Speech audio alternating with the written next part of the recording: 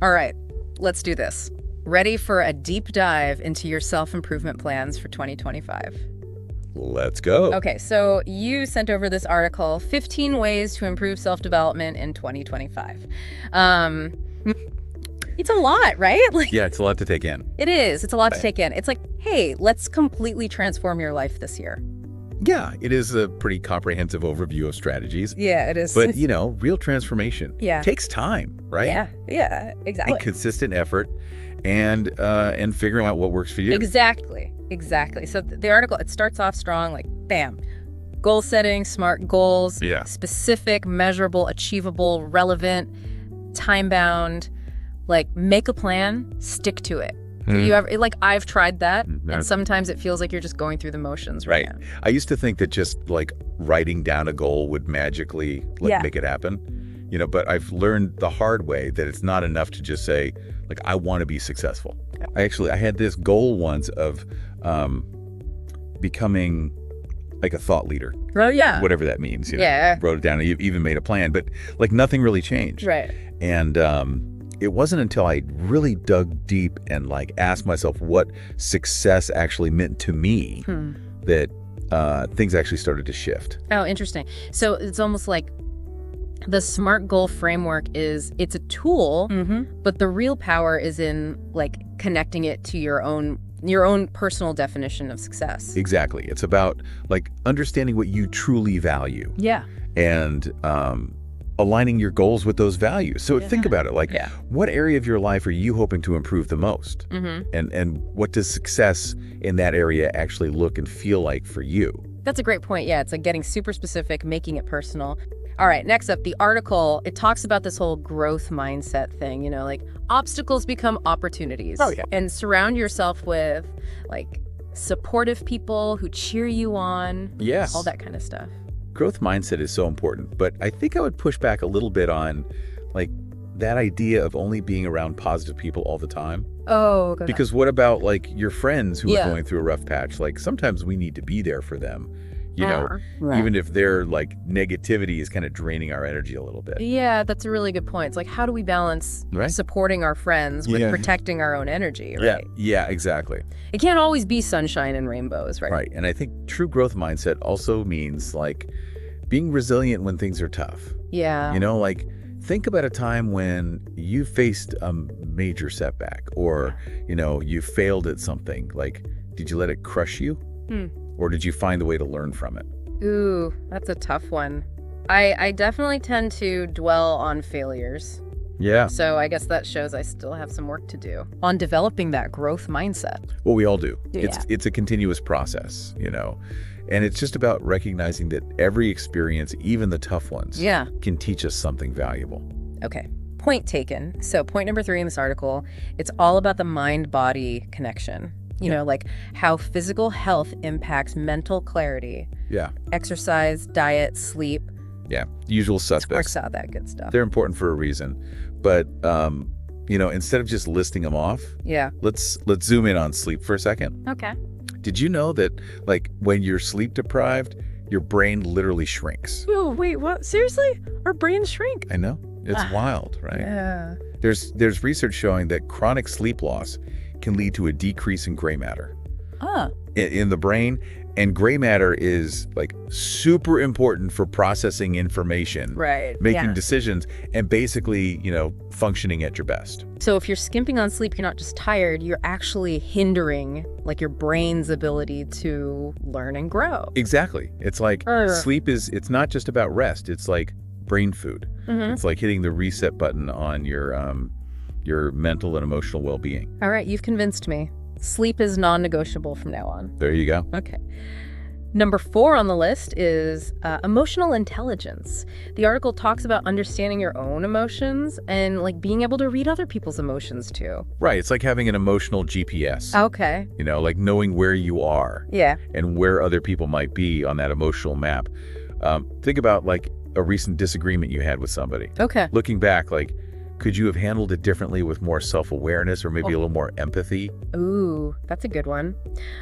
There's this one coworker let's just say I could have used a dose of empathy in that last interaction. Yeah, we've all been there. Yeah, we have. And that's why this whole emotional intelligence thing is so important. It's not just about like being nice. Yeah. It's about having the skills to to navigate those complex social situations with more, grace and understanding. It's like emotional intelligence isn't just a soft skill, it's like a superpower. Yeah. All right, next up, the article encourages us to become bookworms. Yeah. Read at least one book a month, it says. Knowledge is power and all that. There's definitely value in reading, but I think it's not just about like speed reading your way through a stack of books. Think about the last self-help book that really resonated with you. Did anything actually change in your life because of it? I'm guilty of getting caught in that like reading for the sake of reading trap. Sometimes I finish a book and I'm like, okay, that was interesting. Now what? Right. It's easy to just consume information without actually integrating it into your life. And I think the real magic happens when you actually like take action on what you learn. Right. So reading is great, but it's just the first step. The real work is in the application. So moving on to number 6 on our self-development journey, we've got the battle against procrastination. Oh, yeah. The article suggests, things like the 5-second rule, the Pomodoro technique. Have you tried those? I have. And to be honest, I found that they're kind of like temporary fixes. Okay. Like I remember one time I was so stressed about this project that I downloaded every productivity app imaginable, like Pomodoro timers, website blockers, like you name it, I had it. And, it felt great at first. Yeah. But then I realized I was just avoiding the real issue. So it's like you were treating the symptom, but not the underlying cause. Exactly. Okay. For me, procrastination often comes from like perfectionism.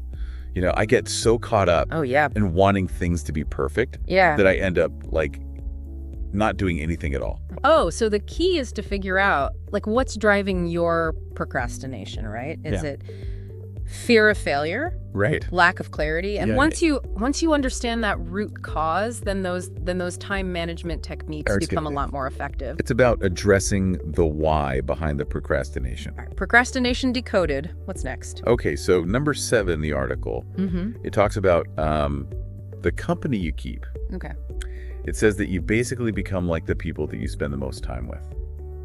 Do you agree with that? Oh, I totally agree with that. Like my best friend, she is this incredible, driven entrepreneur, and just being around her energy inspires me to like step up my game. Yeah. But then I have this other friend, he's constantly complaining about everything, and I always feel drained after hanging out with him. Like their energy rubs off on you. Yeah, exactly. So, it's worth doing like a quick mental audit of your inner circle. Okay. Like think about like the people that you spend the most time with.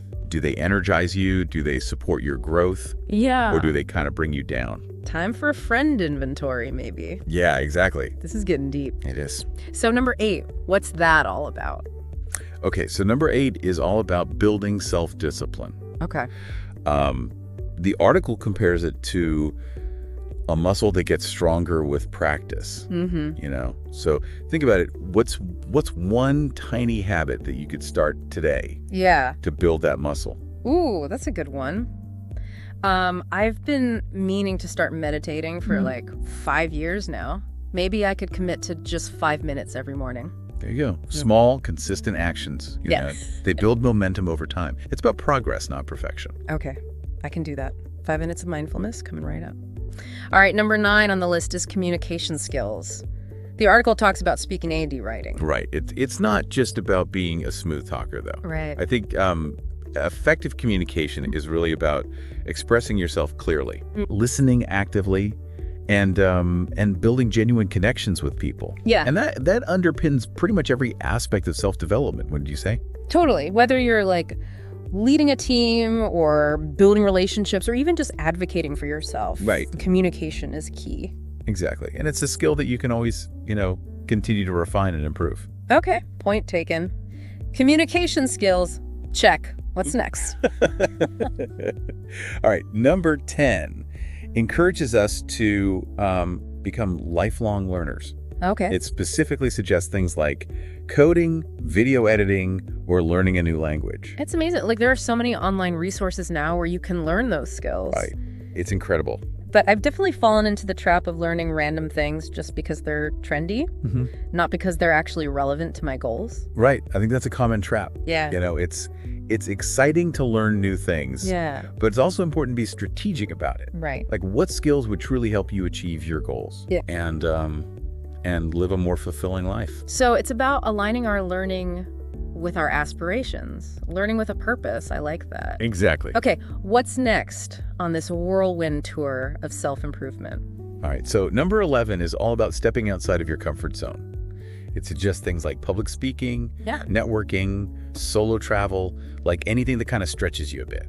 Ooh, comfort zones are so cozy though. I know, but I know you're right. Like, I've been putting off joining this networking group just because I get really nervous in large groups. Maybe it's time to face that fear. that's the spirit. So what is it that makes you uncomfortable? Yeah. Like, what have you been avoiding because of, fear or self-doubt? That's where the real growth magic happens, So it's not just about randomly trying things that scare us. It's about like identifying our specific fears and then taking small steps to overcome them. Exactly. Yeah. It's about pushing your boundaries in a way that feels challenging, but not overwhelming. Right. I'm starting to see a theme here. This whole self-improvement thing, it's about being intentional, understanding ourselves, and then taking action. You got it. It's about taking control of your own growth journey rather than just going through the motions. I love that. Okay, so what's next? Okay, number 12 is a simple but powerful practice. Gratitude. The article suggests keeping a gratitude journal, like listing 3 things you're thankful for each day. I've heard about gratitude journals before, but I've always been a little bit skeptical. Like, how does just writing things down that you're grateful for actually, lead to self-improvement? It's all about shifting your perspective. You know? When you practice gratitude, you're actively training your brain to focus on the positive. And that can have a huge impact on, your overall well-being. Okay, that makes sense. So it's not just about feeling good in the moment, it's about cultivating a more positive outlook on life, which can then help you overcome challenges, achieve your goals. Exactly. It's like rewiring your brain for happiness and resilience. All right, you've sold me. Gratitude journal, here I come. Okay, we've covered a lot of ground already. What's next? All right, so number 13 tackles the ever-present challenge of stress. Oh, yeah. The article mentions things like meditation, deep breathing, and hobbies as stress busters. I mean, those are all great, but I know from experience that stress management is not one size fits all. Exactly. What works for one person might not work for another. It's about finding what works for you, Experiment with different techniques. Pay attention to how your body and mind respond. So it's like becoming a stress detective, figuring out what our triggers are, and then what helps us de-stress effectively. Exactly. It's about taking charge of your own well-being and, building a personalized stress management toolkit. I love that. All right, what's next on our self-improvement agenda? Okay, so number 14 is all about giving back and helping others. The article, it argues that personal growth isn't just about, individual gain. It's also about making a difference in the world. I completely agree. It's so easy to get caught up in our own little worlds sometimes, but when we focus on helping others, it gives us a sense of purpose and perspective. Exactly. It's about recognizing that we're all connected and that our actions have a ripple effect, Right. So think about it. How can you use your unique skills and passions to make a positive impact? Okay, that's a great question to ponder. We've covered so much ground already. What's the last point on the list? Okay, so number 15 reminds us that self-improvement is an ongoing journey. It's not a destination. The article emphasizes the importance of regular reflection and adjustment. Oh, so it's not enough to just set goals and try new things. We also need to regularly check in with ourselves. Exactly. And make adjustments along the way. It's about being flexible, adaptable, and always open to learning and growing. Wow, we just zipped through all 15 points. It's amazing how much depth there is to each one of these strategies. I know, it really is. And it's a testament to the fact that self-development is a lifelong pursuit. There's always more to learn, more to grow, more to become. I'm feeling inspired and ready to take action, but before we get too far ahead of ourselves. Yeah, we've only just scratched the surface. Exactly. Let's take a break and come back to unpack some of these concepts in more detail. Sounds good. All right, we're back. Ready to dive even deeper into this whole self-improvement thing. Yeah, it's exciting, right? Yeah. All the possibilities. I know, it's kind of overwhelming. It's like, I want to try everything, but that's probably not the best approach. No, you're right. It's easy to get, caught up in trying to do everything at once. Right. But, sustainable growth really comes from focusing on maybe one or two key areas at a time. Okay, so how do we choose those areas? Remember we were talking about SMART goals? Yeah. Specific, measurable, achievable, relevant, time-bound. And you mentioned that it's about, aligning those goals with our personal definition of success. Exactly. So where do we go from there? Well, I think there's another layer to goal setting that's really crucial, and that's purpose. Your goals should be driven by something deeper than just a desire to achieve something. They should be aligned with your values, your passions, and your vision for the future. So it's not just about what you want to achieve, but why you want to achieve it. It's like having a guiding star or something, to keep you motivated when things get tough. Exactly. When your goals are rooted in a strong sense of purpose, they become more than just tasks on a to-do list. Yeah. They become expressions of who you are and what you want to contribute to the world. I love that. Purpose-driven goals, fuel for the soul. But how do we uncover that sense of purpose? It sounds a bit, abstract. Yeah, it can be. It's a process of self-discovery, really. Spend some time reflecting on what truly matters to you.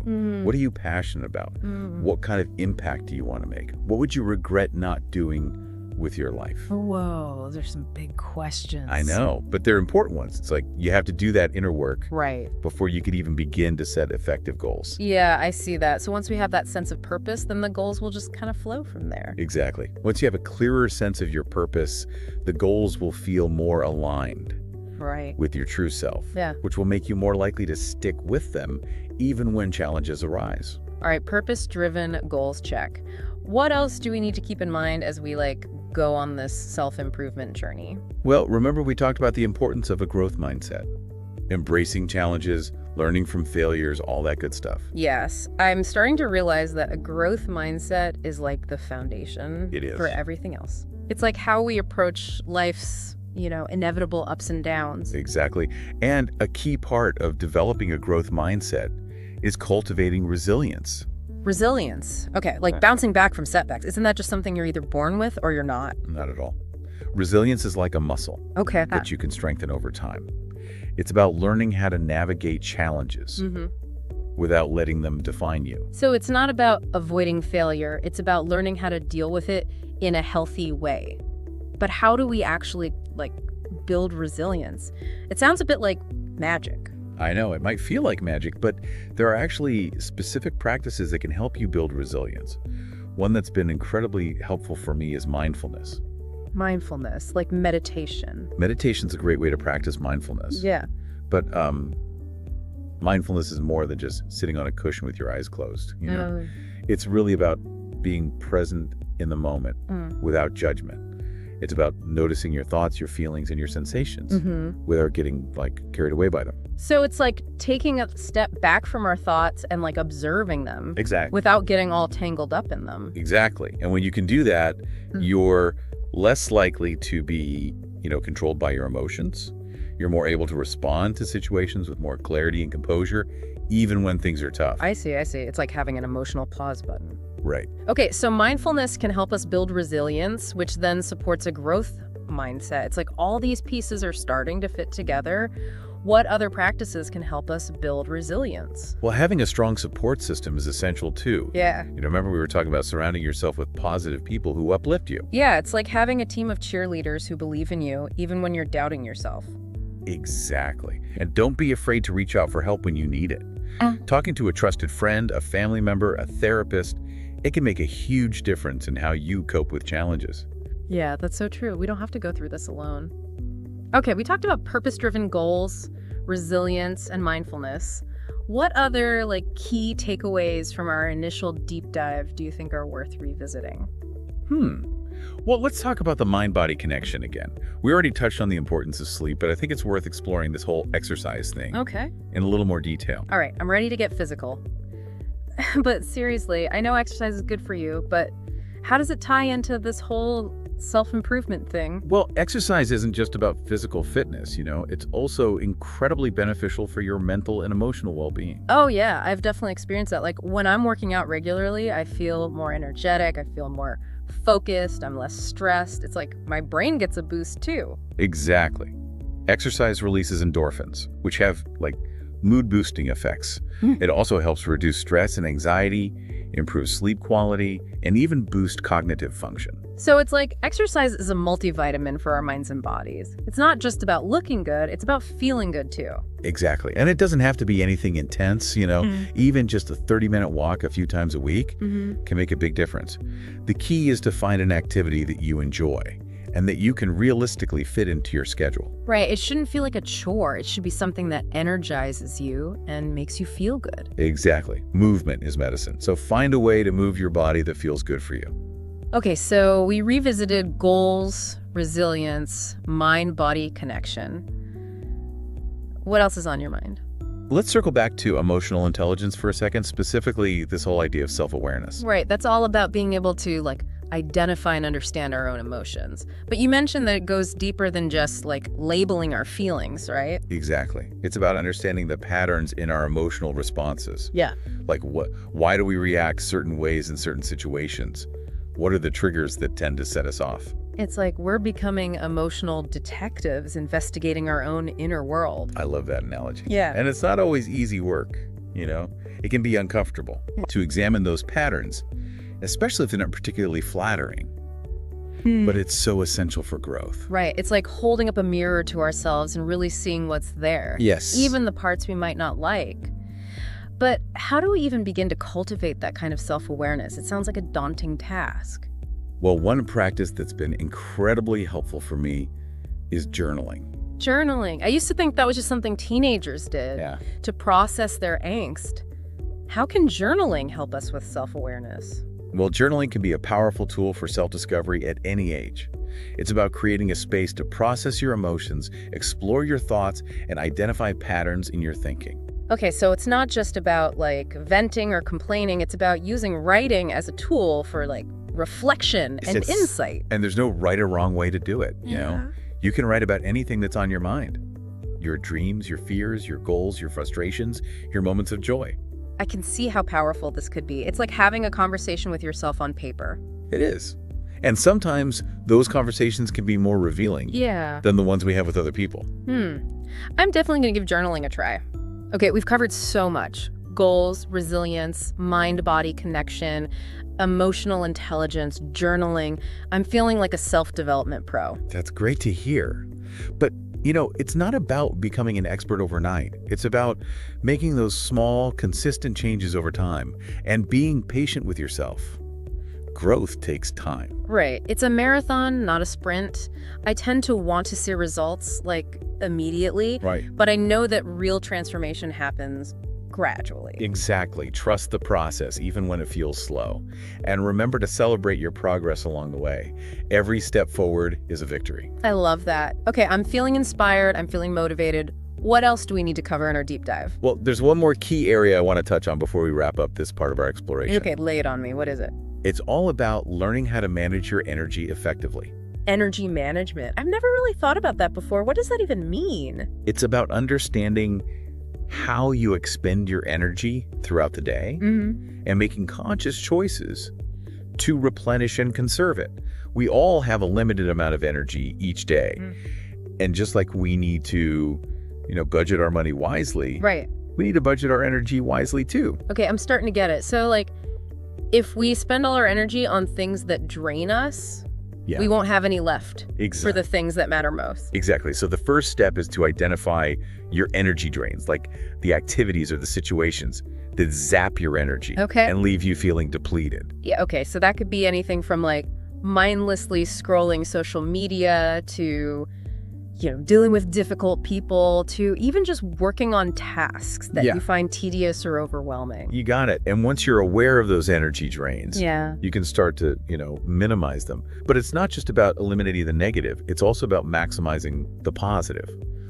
What activities make you feel energized, engaged, and fulfilled? Ooh, that's a good question. For me, it's things like spending time in nature, reading a good book, having meaningful conversations, working on creative projects. There you go. Those are your energy boosters. Okay. Make time for them. Yeah. Prioritize them. This is starting to make a lot of sense. It's about being intentional with our time and energy and, making choices that support our well-being. Exactly. Energy management is about aligning your actions with your values and your goals. It's about creating a life that feels energizing and fulfilling rather than, draining and depleting. This is so eye-opening. I never realized how much control we have over our own energy levels. I know, it's powerful stuff. And when you learn how to manage your energy effectively, you'll find that you have more stamina, more focus, and more motivation to pursue your goals. I'm already starting to think about all the ways I can apply this to my own life. Like maybe I need to be more mindful of how much time I spend on social media before bed. Because I always end up feeling drained and wired instead of relaxed and ready to sleep. Right, that's a great example. It's about paying attention to how different activities make you feel. Yeah. And then making adjustments accordingly. Okay, I'm ready to become an energy management master. What else do we need to cover in our deep dive? Well, before we move on to our final segment. All right, ready for the final stretch of our self-development deep dive? I feel like we've already covered so much. I know, right? We have.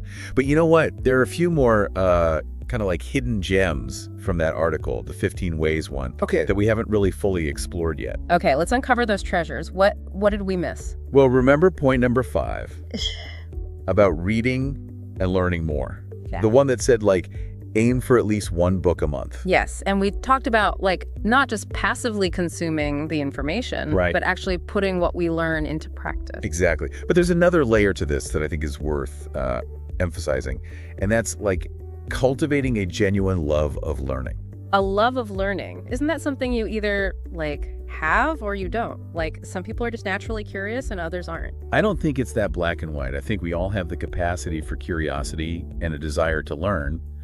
It's just that, sometimes life gets in the way, or we get discouraged, or we forget how much fun it can be to explore new ideas. Okay, so how do we rekindle that love of learning? Especially as adults, we have busy lives, responsibilities. It's not like we can just spend all day, every day reading books and taking classes. True, but it's about finding those little pockets of time and making learning a priority. And it doesn't have to be formal or structured. Right. It can be as simple as listening to a podcast on your commute, or watching a documentary on a topic that interests you, or even just having a conversation with someone who has a different perspective. Okay, so it's about being more intentional about incorporating learning into our daily lives, making it a habit rather than an occasional thing. Exactly. And it's about approaching learning with a sense of playfulness and curiosity. Remember when you were a kid and everything was new and exciting? You can tap into that same sense of wonder as an adult. I love that. It's turning self-development into a lifelong treasure hunt. Yeah. Always searching for those little nuggets of wisdom. Exactly. And the best part is, the treasure is all around us. It's in books, it's in nature, it's in conversations, it's in experiences. We just have to be open to finding it. Okay, I'm feeling inspired to dust off my library card and start exploring. So we've covered lifelong learning. What else did we miss from the article? There was point number 14 about giving back and helping others. That idea that personal growth isn't just about individual gain, but also about making a positive impact on the world. Yeah, we touched on this briefly before, but I think it's worth revisiting because it's such a powerful concept. It's so easy to get caught up in our own little bubbles and forget that we're part of something much bigger. I know, it's so true. And when we shift our focus outward, when we start thinking about how we can contribute to something larger than ourselves, it can be incredibly transformative. Yeah, it's like we're tapping into a whole new source of energy and purpose. Exactly. And it doesn't have to be anything grand or heroic. It could be as simple as, volunteering at a local soup kitchen, or donating to a charity, or even just being more present and attentive to the people in your life. Right. Sometimes the smallest acts of kindness can make the biggest difference. Absolutely. It's about cultivating a spirit of generosity and compassion. It's about recognizing that we all have something to offer, and that by helping others, we also help ourselves. I love that. It's like self-development and service to others are two sides of the same coin. They feed into each other and create this beautiful cycle of growth and giving back. Exactly. It's about creating a life that feels meaningful and fulfilling. Yeah. Both for ourselves and for the world around us. This has been such an incredible conversation. I'm feeling so inspired to put all of this into practice. That's wonderful to hear. And just remember, self-development, it's an ongoing journey. It's not about reaching some destination. It's about the continuous process of learning, growing, and becoming the best version of yourself. Right. It's a direction, not a destination. Exactly. So be patient with yourself, celebrate your progress, and never stop exploring. Thank you so much for guiding me through this deep dive. I feel like I have a whole new toolkit for self-improvement. You're very welcome. And remember, you have everything you need within you to create the life that you want. That's so empowering. Thank you for reminding me of that. You got it. Until next time, keep striving, keep growing, and keep shining your light. All right, that's a wrap on this deep dive. We'll catch you on the next one.